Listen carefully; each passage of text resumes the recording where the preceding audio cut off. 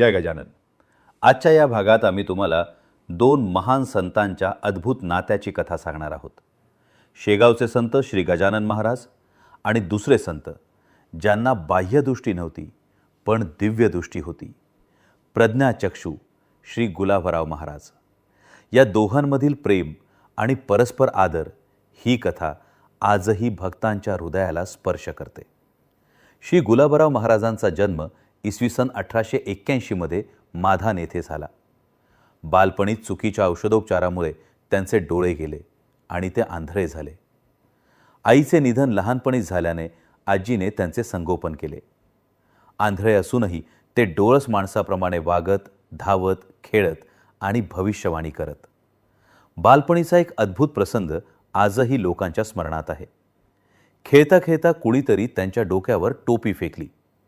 ती टोपी लागल्याबरोबर लहानग्या गुलाबराव महाराजांनी अचानक संत ज्ञानेश्वरांच्या ग्रंथातील ओवी उच्चारायला सुरुवात केली. त्यांनी जणू संपूर्ण ज्ञानेश्वरीचे पठण करायला आरंभ केला. आंधळ्या बालकानं, ज्याने कधी अक्षरशः शिक्षण घेतले नव्हते, इतक्या सहजतेने ज्ञानेश्वरीचे वाचन सुरू केले. हे पाहून आजूबाजूचे लोक थक्क झाले. हा प्रसंग त्यांच्या दिव्य दृष्टीचा आणि अंतप्रज्ञेचा पहिला ठोस पुरावा ठरला. त्यांनी आयुष्यात अनेक संकटे भोगली. आईवडिलांचे निधन, घरातील उपेक्षा, उपाशीपोटी दिवस.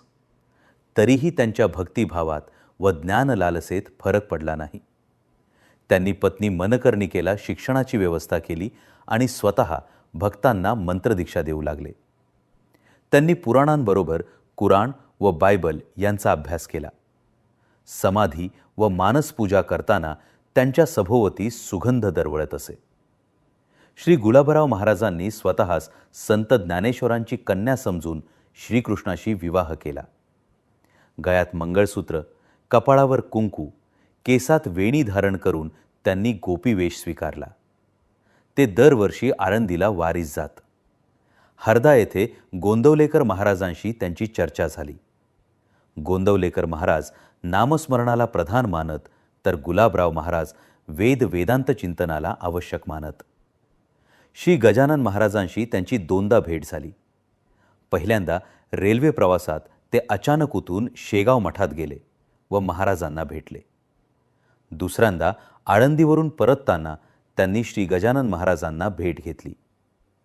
गजानन महाराजांनी त्यांना ज्ञानेश्वरांची कन्या म्हटले व त्यांच्यासमोर वस्त्र परिधान केले.